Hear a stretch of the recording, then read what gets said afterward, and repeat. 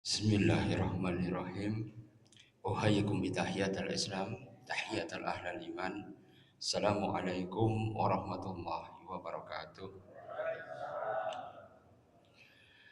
Alhamdulillahilladzi allafa baina qulubina fa asbahna bi nikmatihi ikhwana amma ba'd.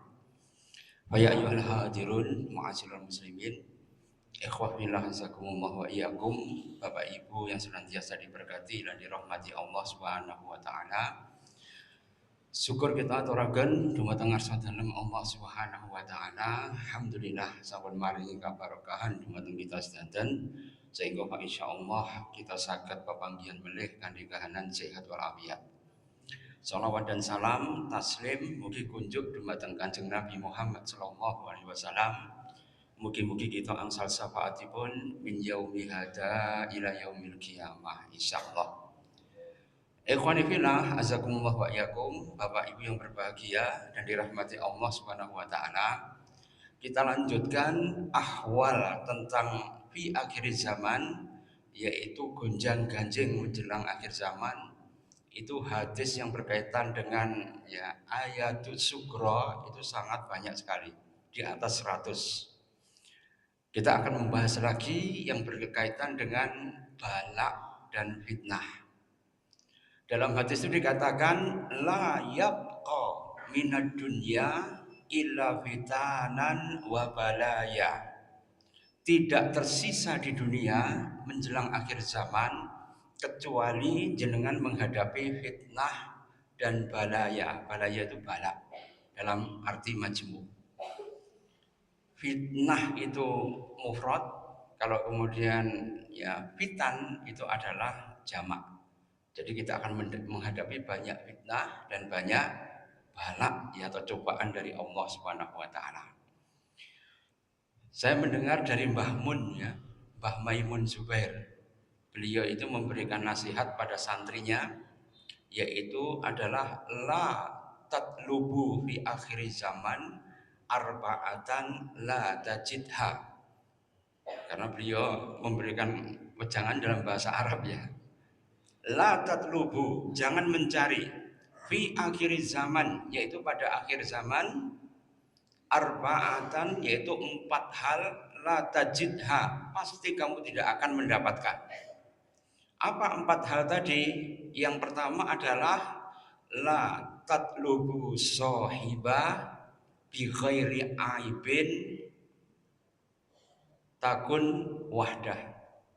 Kalau kamu mencari sahabat bi ghairi aibin, tanpa aib, maka kamu tidak akan mendapatkan sahabat sama sekali. Jadi wong resik pol itu tidak ada. Paham ya ini ya?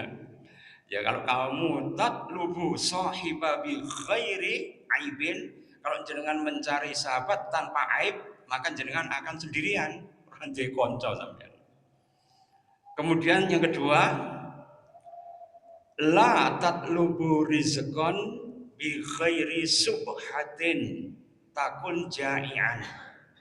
Kalau kamu mencari rezeki bi ghairi subhatin, tanpa tercampur dengan subhat, remeng-remeng tercampur dengan subhat, takun ja'ian, pasti jenengan semua keluwen kaliren kabeh. Ya apa ndak, kalau jenengan golek sing resik kira-kira enak napa mboten? Wangel.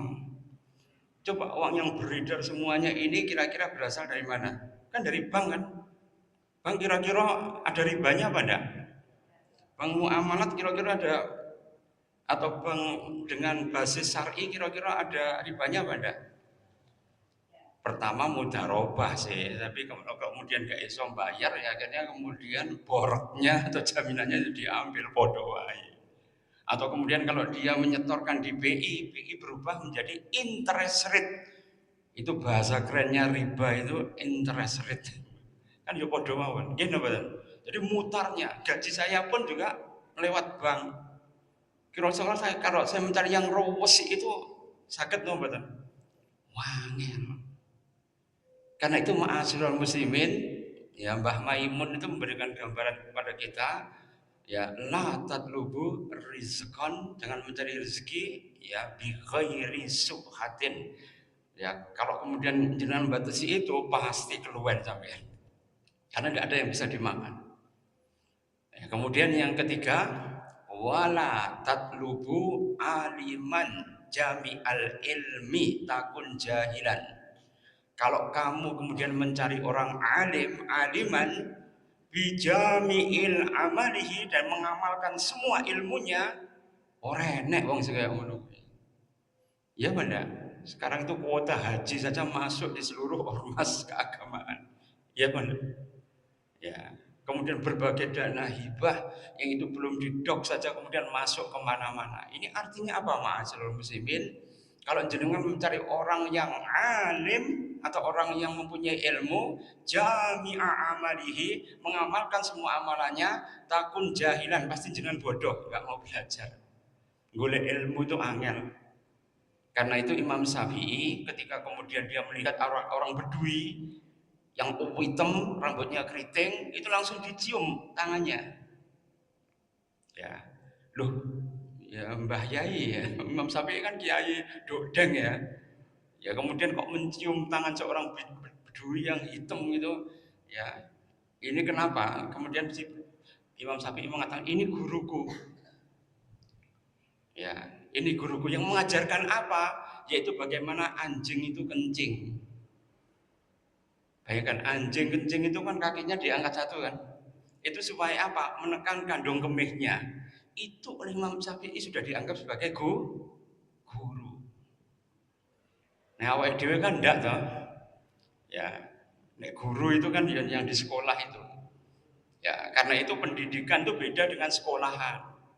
Kita itu terframing dengan yang namanya sekolahisme. Sekolahisme. Ya, ada anaknya wali kota naik mobil mewah diparkirkan di halaman, ya kemudian ditolak oleh satpam, kepsek sama satpamnya langsung dipecat, pindah.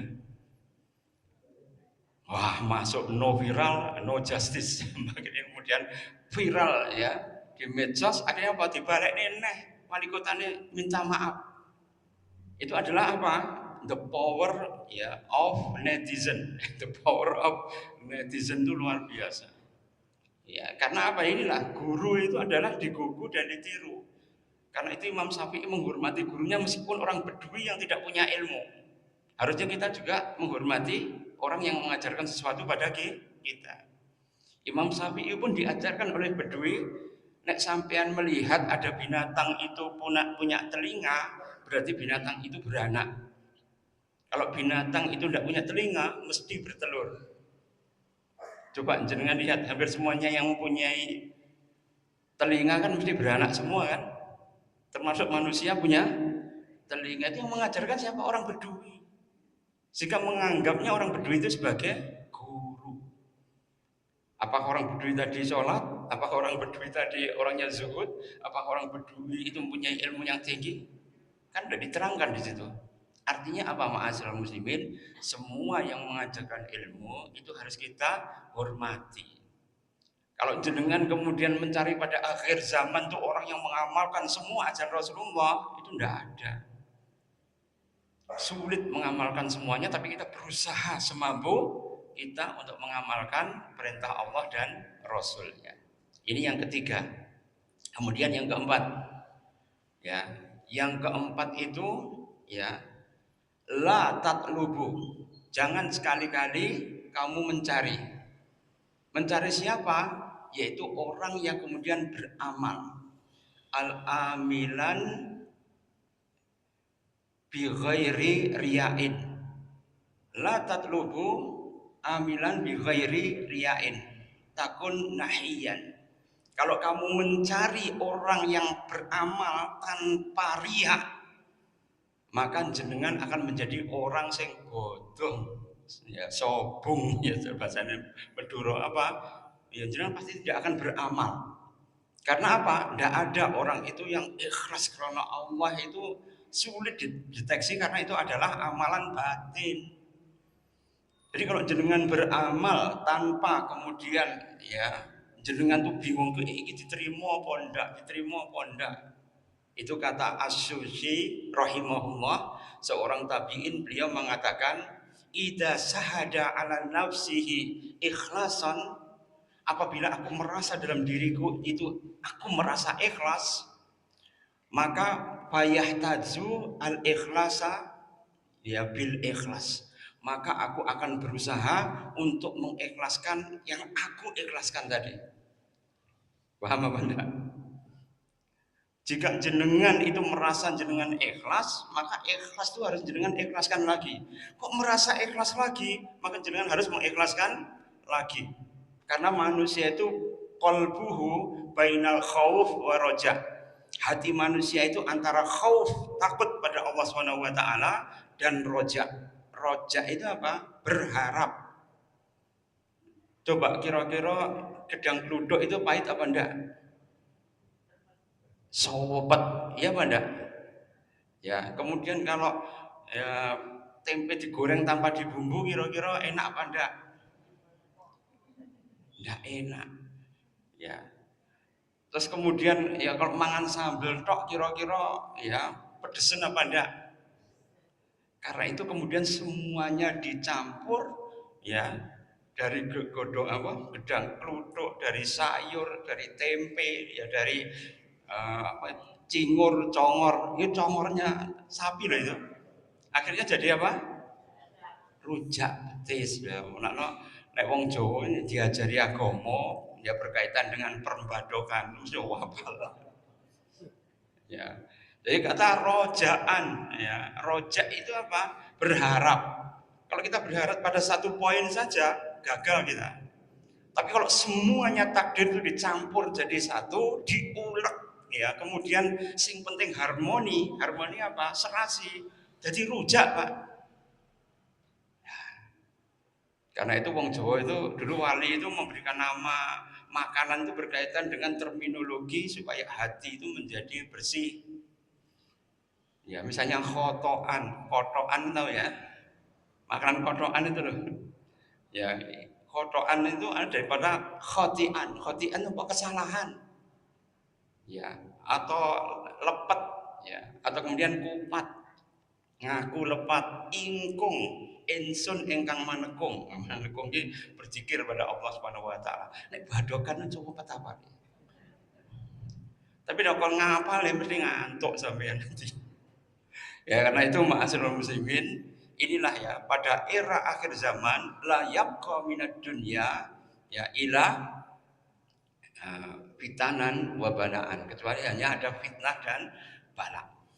Bagaimana cara mensikapi empat hal tadi? Nah, kita kemudian bahas satu persatu. Yang pertama adalah apa? Jangan mencari teman tanpa aib. Maka kamu susah untuk mencari teman. Teman itu yang apa? Almar'u ala dini khalilihi. Wal yang dur akadukum mayukhallil. Maka manusia itu tergantung pada sahabatnya.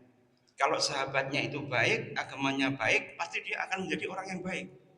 Kalau agamanya rusak, akhlaknya bobrok, maka dia akan menjadi ya punya akhlak rusak dan bobrok.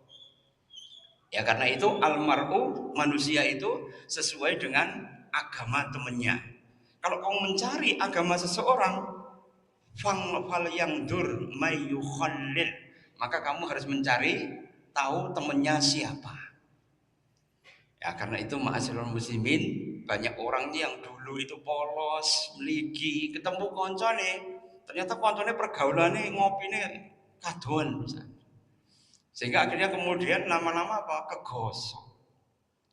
Ya karena itu teman itu adalah sesuatu yang paling krusial sekali. Karena itu ma'asyiral muslimin, otak manusia itu terbagi menjadi dua. Consciousness dan unconsciousness. Jadi manusia itu ada dua otak. Otak sadar dan otak tidak sadar. Otak sadar kapasitasnya cuma 20%. Jadi dengan mendengarkan ini, melogika, berusaha untuk ngapal nih, atau berusaha untuk ngangen-ngangen, digaduk nih antara logika satu dengan logika lain, namanya thinking process. Yaitu proses berpikir, itu letaknya di otak sadar. Tapi ada otak yang namanya otak bawah sadar. Itu kuasa atau kekuasaannya 80%. Jadi kalau jenengan tuh stres, wegah mikirnya stres karena ndablek, jenengan sublimasi. Sublimasi apa? Didorong di bawah sadar. Nanti kalau ada masalah lagi, jenengan males untuk menyelesaikan, kemudian jenengan istilahnya menghadapi itu gampang, dimasukkan lagi di bawah sadar. Begitu seterusnya akhirnya apa? Menjadi sampah yang menumpuk di bawah sadar. Itulah yang melahirkan mimpi-mimpi buruk tadi. Paham ya nih ya? Kalau itu over capacity itu apa? Ya kapasitasnya itu sudah meledak, nggak sesuai dengan kekuatan yang mental, maka akan menjadi penyakit psikosomatis. Psikosomatis itu penyakit apa? Tekanan mental itu mempengaruhi pada fisik. Yang paling ringan apa? Nek stres terus gatel. Paham ya? Nek stres terus berdegeli. Ya, ada kan orang nek stres terus berdegeli. Atau kemudian kalau orang itu tegang atau cemas terus apa? Beser. Nanti kalau berlanjut lebih jauh, maka kalau rusaknya itu di bagian usus poros besar, maka kalau dia stres ya maka dia kemudian sumenep terus ke belakang terus. Namanya irritable bowel syndrome. Ya, itu apa? Gampang suling, bar madang krasa ngising. Jadi orang makan terus kebelet ngising. Ya setelah itu kayak lapar makan lagi kebelet ngising lagi. Ada yang seperti itu? Ya ada mesti. Itu karena apa? Kapasitas mental di otak bawah sadar itu sudah tidak bisa memenuhi kuotanya lagi. Maka larinya itu di titik-titik pengapesan tadi. Perkembangan titik pengapesan kalau dia itu stres pada usia 1 sampai 2 tahun menurut teori Sigmund Freud, maka dia kemudian akan menjadi orang yang terkena kalau stres sejak mulut sampai dubur itu akan mengalami luka. Ada kan orang yang stres pada usia di bawah 2 tahun, nanti kalau sudah dewasa nek stres ngempet ngono ya terus apa? Sariawan. Paham ya itu sariawan? Berarti jenengan waktu kecilnya itu tidak bahagia. Ya, karena apa? Umur di bawah 1 sampai 2 tahun orang itu harus dapat pengasuhan yang damai. Kalau kemudian dia tidak mendapatkan pengasuhan yang damai, nanti dewasa sebelum usia 18 tahun kok tidak diterapi, itu bablas sampai akhir hayat. Paham ini ya? Makno anaknya ditengeri, nek stres kan banyak sekali sekarang anak-anak. Anak-anak sukanya itu olahraga, sukanya itu bahasa Indonesia, sukanya itu Inggris, dipaksa les matematika. Akhirnya apa? Perutnya sering sakit terus, mahnya sering kumat. Jadi kalau anak pagi hari kok nggak gelem berangkat sekolah, ngeluh perutnya sakit, hampir pasti dia itu terkena penyakit psikosomatis. Itu harus di browsing lagi Bapak Ibu semuanya supaya nggak berlanjut. Ya, kalau kemudian jenengan pengen ya anaknya itu menjadi kuat, ya jenengan harus memberi pembekalan agama. Pembekalan agama tidak harus mesti di sekolah, nggak harus mesti di pondok. Yang paling bagus itu apa? Hiwar. Hiwar itu apa? Dialog antara bapak dengan anak, bukan ibu dengan anak loh ya. Nah ibu dengan anak isinya dimemeli itu ya materi ini tidak melebu-melebu mungkin. Ya lebar kali tinggi, tinggi kali luas, munyer-munyer ndak karuan anaknya bingung nek diwarai ibuke. Tapi bapak itu ya vital sekali karena apa? Satu kata itu sabdo pendito ratu. Tahu ya, itu geni. Begitu ngomong di titik nih mbak anaknya, meskipun bapak itu lulusan SD sekalipun. Meskipun ibu itu moncer karirnya, ya kayak Margaret Thatcher begitu, tapi anak itu masih bonding dengan bapaknya. Ya karena itu ma'asyiral muslimin, percakapan di dalam Quran itu antara anak dengan bapak semua, nggak ada yang dengan ibu, kecuali Maryam dengan Isa. Itu ketika kemudian ngomong itu beliau ngomong itu karena memang bapaknya orang enek. Ya. Tapi dengan yang lainnya itu hampir semuanya antara bapak dengan anak. Ibrahim dengan Ismail, ya Ibrahim dengan Ishak, Lukman dengan anaknya bahkan ayatnya panjang lebar itu. Walaqad ataina Luqmanal hikmata aniskur lillah wa may yaskur fa innama yaskurun nafsi wa man kafara wa innallaha wal ghaniyyul hamid sampai ila akhir ayat.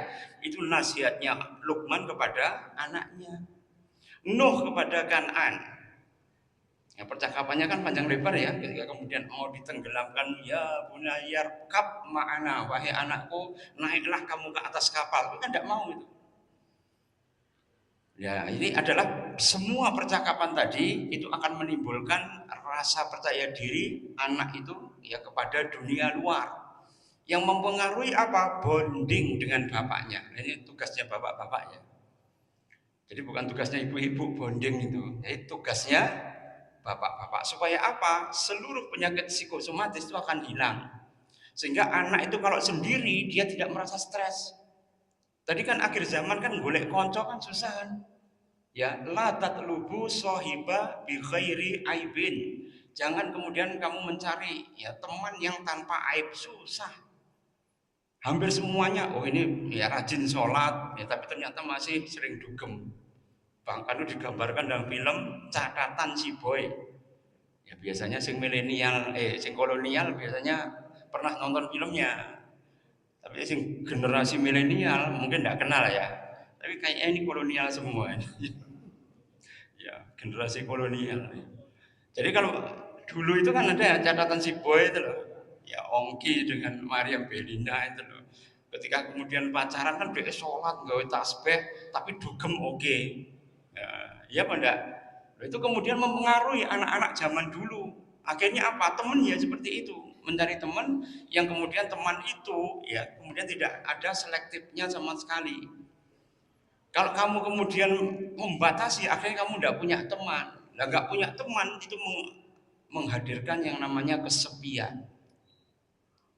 Karena itu di Jepang tuh yang paling akut sekali apa? Anak-anak itu hidup ya.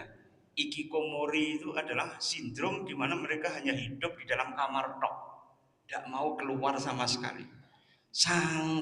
Saking apa itu malunya mereka keluar.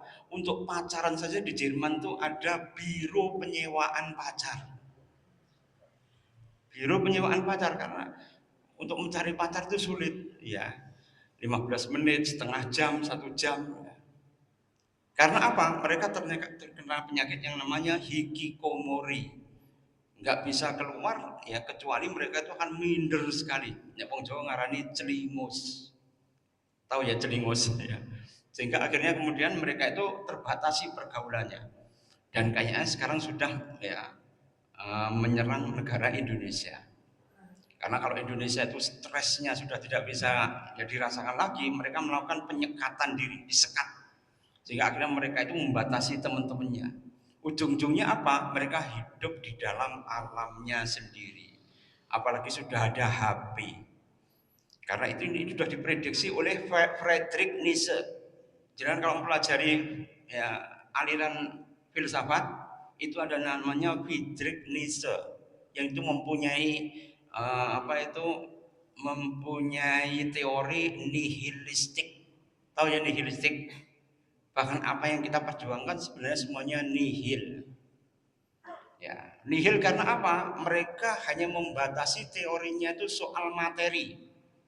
Kan materi dalam Quran jelas ya, kullu man 'alaiha fanin. Semua yang tampak di dunia ini fana. Fana itu apa? Mesti hancur. Jenengan dulu gagah prakoso, nanti kalau usianya sudah di atas 40 tahun, ya suwi-suwi rematiknya metu. Ya, kemudian rambutnya keluar keperak-perakan. Kemudian kalau kemudian duduk saja itu kemudian wis gringgingen terus. Ya, sulit ditekuk tangan, kaki, gampang tengengan. Mulai dikit aja kram. Ini kalau sudah mulai usia bertambah kan seperti tadi kan. Wa man nu'ammirhu nunakkisu fil khalqi afala yaqilun. Bukankah kalau jenengan itu kemudian ya dipanjangkan umurnya pasti dikurangi nikmatnya. Jadi ada seorang tabi'in namanya Hatim al-Asom. Hatim itu adalah Hatim Al-Asam itu yang budak. Kenapa dia budak? Tak ceritakan dulu biar jenengan tahu kenapa beliau kok kok dianggap sebagai budak. Suatu saat beliau kan selain ulama, beliau itu juga jualan. Ketika jualan itu tiba-tiba ada seorang wanita yang belanja di tempatnya Hatim, itu kemudian ngentut, madit.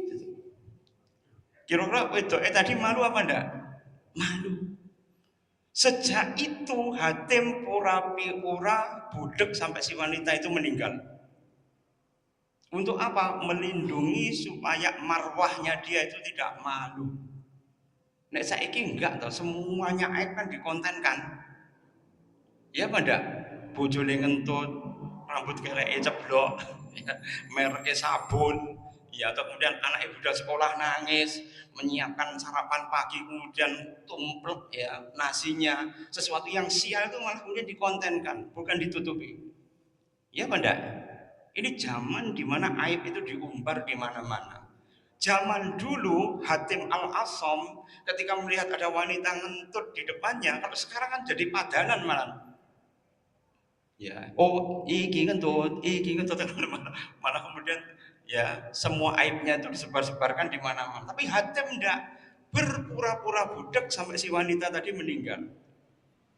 Untuk apa? Menutup aib saudaranya. Man satara musliman satarallahu yaumal qiyamah. Barang siapa yang menutup aib saudaranya, maka dia akan ditutup aibnya pada hari kiamat. Itu Hatim. Jadi Hatim ini mempunyai 4 ya. Sesuatu tidak akan dikenal sesuatu kecuali dengan 4 tadi. Tapi tak sebutnya satu aja ya. Yang pertama adalah qadru sahab la ya'rifu illa biqadri suyuh. Masa muda itu tidak bisa dirasakan bahagianya kecuali nek wis kewut. Paham ya? Masa muda itu tidak akan pernah dirasakan enaknya kecuali kalau jenengan sudah sepuh, sepah. Ya, kalau sudah sepuh biasanya yang tadi sepah akhirnya dilepeh. Ya, karena apa? Dianggap tidak berguna lagi. Jadi ma'asyiral muslimin, jadi kalau jenengan itu kemudian masa muda itu kadang-kadang tidak bersyukur karena apa? Kurung tuwek, nek wis tuwek baru ngrasakne. Salat saja ketika kemudian harus diangkat tuh kreng apa. Ya. Turu rada kesuwen kesoren ngono semumet terus ya. Ya pening terus ya. Mangat nombok titik ya mae kumat.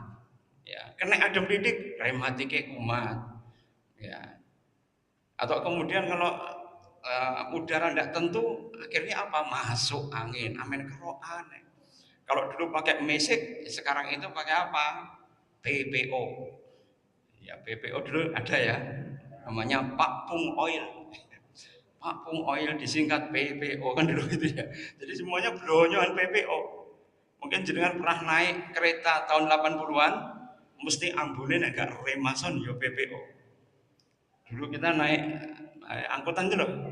Ya, KRL, KRD dan sebagainya. Itu dulu ambune yang kelompenyet semua. Itu apa? Parfum setengah bayar. Jadi kalau orang itu sudah ya usianya di atas 50 ke atas, parfumnya ganti, Pak. Ya, senangnya apa? Blonyoan mbek keroan. Ya. Karena itu siapa yang umurnya ditambah, pasti dia tidak akan ya nikmatnya pun akan dikurangi.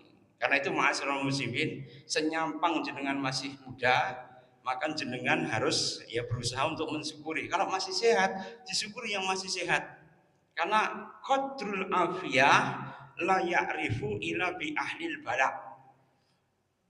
Nilai daripada orang yang selamat sejahtera yaitu afiyah tidak akan pernah dirasakan kecuali kalau sudah menjadi ahli balak, menjadi korban daripada ya balak atau cobaan dari Allah. Pasti kemudian merasakan yo enak yo dhisik betul. Tapi kita tidak boleh berandai-andai.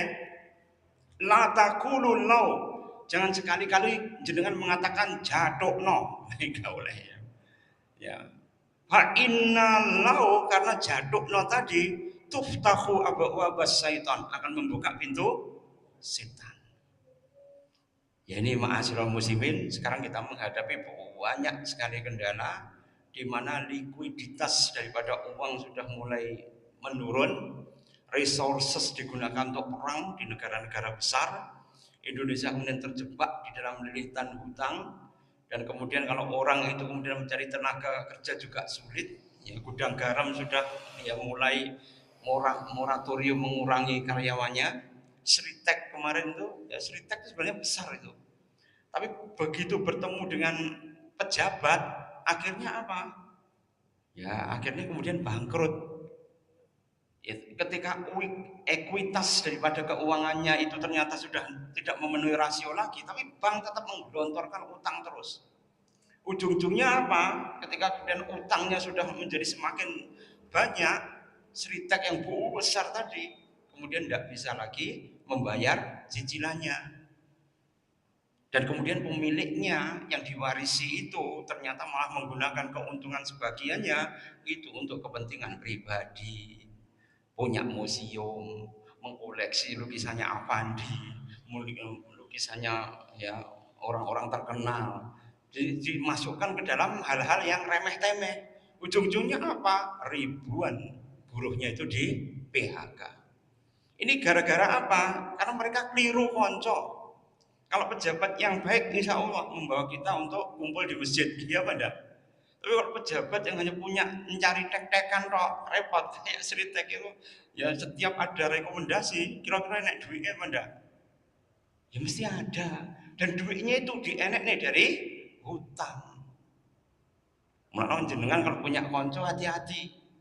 Ya, dari konco itu bisa kemudian membuat jenengan bisa masuk surga karena sahabat yang baik itu bisa memberikan syafaat pada kita.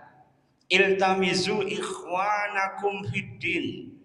Jadi kalau kamu mencari teman yang bagus agamanya, fa innahum yusafiuna yaumal qiyamah. Karena orang teman yang baik itu akan bisa memberikan syafaat pada hari kiamat. Duh, koncone mlebu neraka, koncone liyane mlebu surga. Wadul koncone sing mlebu surga. Ya Allah, saya dulu punya temen loh. Ya ngaji bareng, poso bareng, taklim bareng, saling mengingatkan ketika sholat, mengingatkan amar ma'ruf dan nahi munkar ketika hidup di dunia, bermuamalah dengan baik dan sebagainya. Mbok yo jenengan ampuni teman saya yang masih tertinggal di neraka. Diampuni oleh Allah. Karena apa? Permintaan temannya. Nah kalau konco nih kabeh konco dugem, konco mendem, konco dancer horek itu mak gini doang. Ya, coba jenengan lihat. Kalau horek itu kan ada dancernya kan. Oh itu disawer ngalor gitu ngetan ngulon. Iya apa enggak?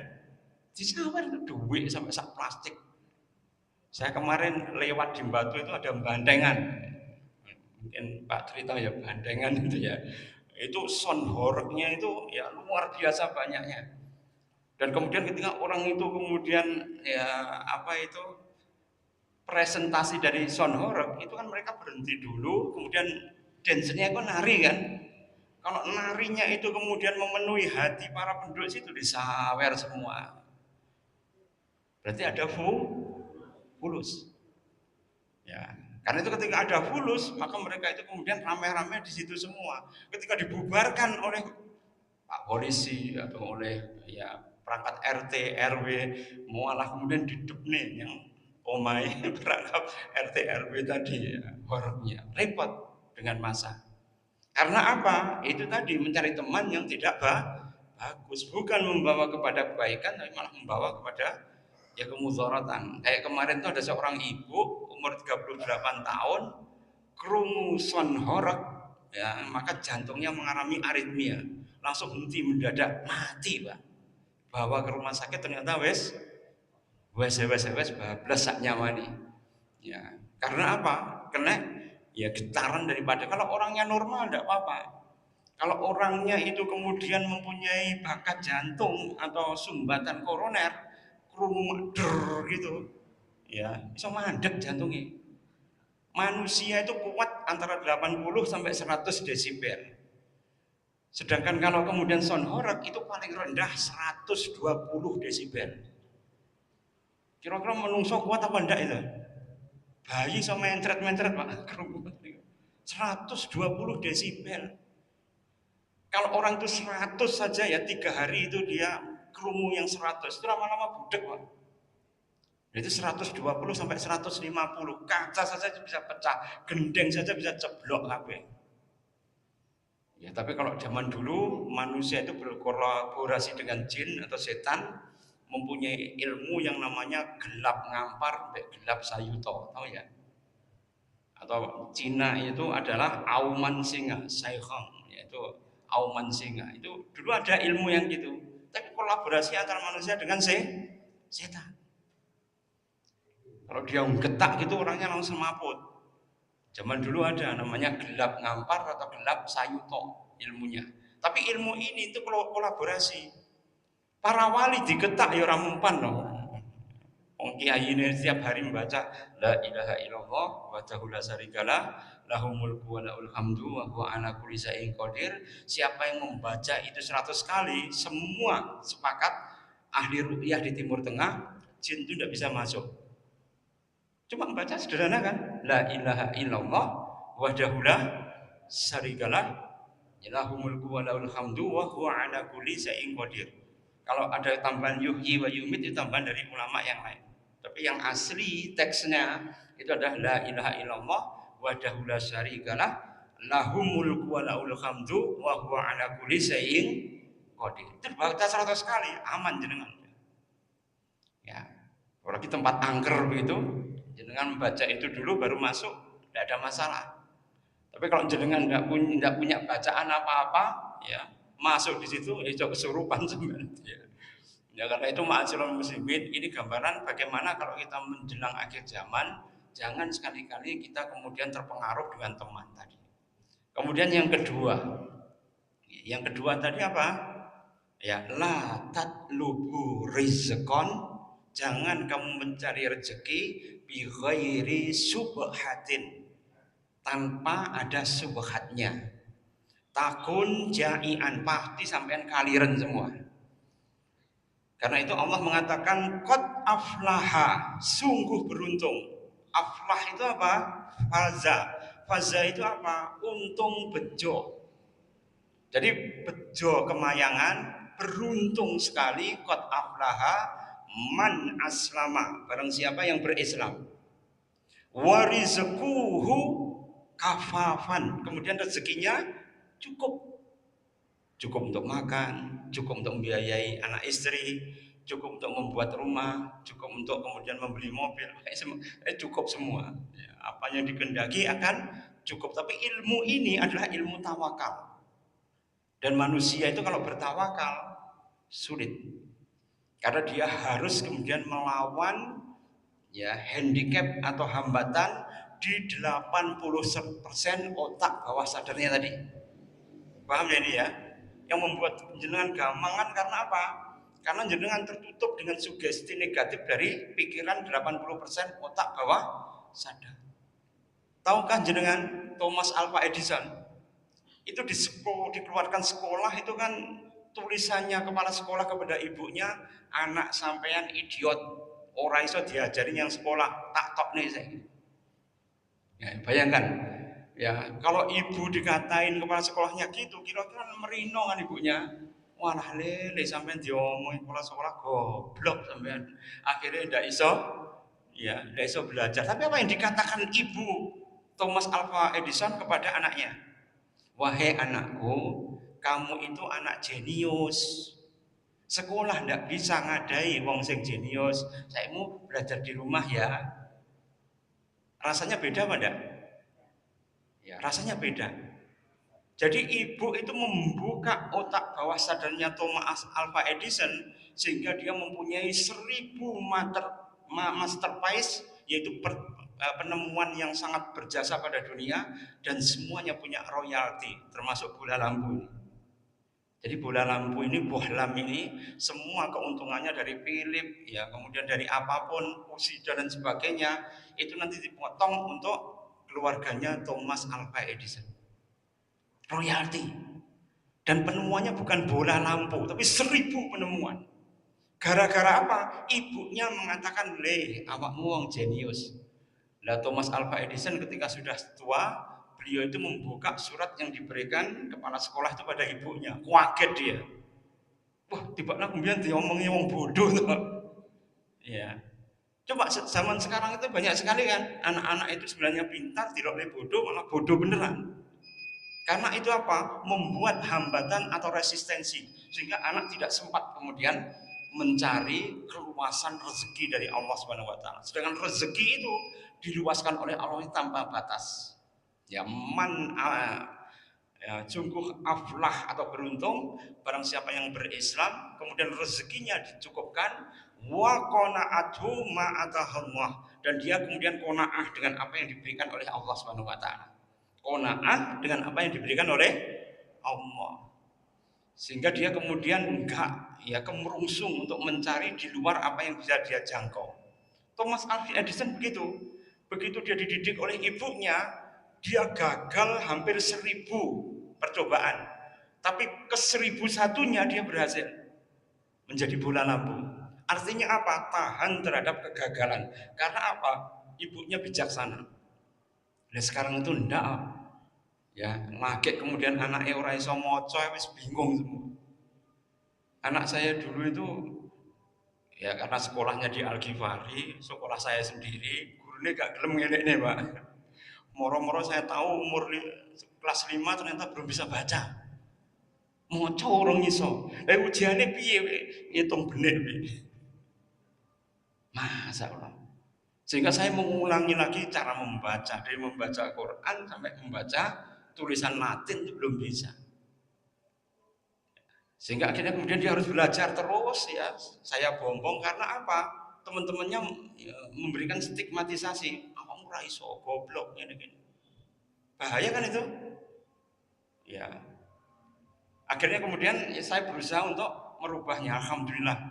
Ya, setahun yang lalu dia lulus menjadi sarjana itu IPK-nya 3,9. Karena dulu tidak bisa moco. Ya, umur ya sekitar 5 umur 5 sampai kemudian umur hampir 10 tahun itu orang iso moco. Kaget saya. Sehingga saya harus mengulangi cara kali-kalian, ping-pingan, tak ajari sendiri dengan ibunya. Gonta-ganti. Ya. Kalau saya leskan, ternyata kalau di les nih malah turu deh. Wah, ya, jadi les sih bolak-balik, ya gurunya jegek karena apa? Turu deh. Atau moro-moro metu gitu. Nah ini seperti ini memang akhirnya saya sendiri yang turun tangan untuk ngajari pelan. Alhamdulillah. Ya, bahkan dia hafal 4 juz ya, ketika keluar SMA. Jadi ma'asyiral muslimin, kadang-kadang kita itu merendahkan anak kita dianggap bodoh karena apa? Ya memang lingkungan kadang-kadang temannya itu enggak klop, enggak klik tadi. Karena itu kita berusaha kalau ada masalah apapun enggak ada anak yang lahir itu dalam keadaan bodoh. Semuanya rezeki dari Allah itu pasti punya kemampuan sendiri. Maka jenengan harus kemudian bisa mengulik dan mengutik supaya kemudian potensinya itu bisa keluar. Kalau sudah keluar, ngidap-ngidapi insyaallah. Ya, kalau sudah keluar pasti akan ngidam. Cuma kita belum tahu kekuatan anak kita, kekuatan kita itu di mana. Kadang-kadang kita sampai tua pun kadang-kadang belum tahu. Nah, mari kita eksplor bersama. Moga-moga kita mendapatkan ya barokah, sakinah, ya, kehidupan yang hayatan thayyibah, fidini wa dunya badal akhirat. Belum selesai materinya. Moga-moga kita lanjutkan karena masih ada 4 ya, masih kita bahas 2. Ojo golek tadi ya. Saya kira begitu dari saya cukup sekian. Aku lupa lihada astaghfirullahaladzim li wa lakum wa lisairil muslimin min kulli dhanbin fastaghfiruh. Kita tutup dengan istighfar 3 kali astagfirullah dan doa kafaratul majlis subhanallah wa bihamdika asyhadu an la ilaha illa anta wa afu minkum wallahu muwaffiq ila aqwamit thoriq. Assalamualaikum warahmatullahi wabarakatuh.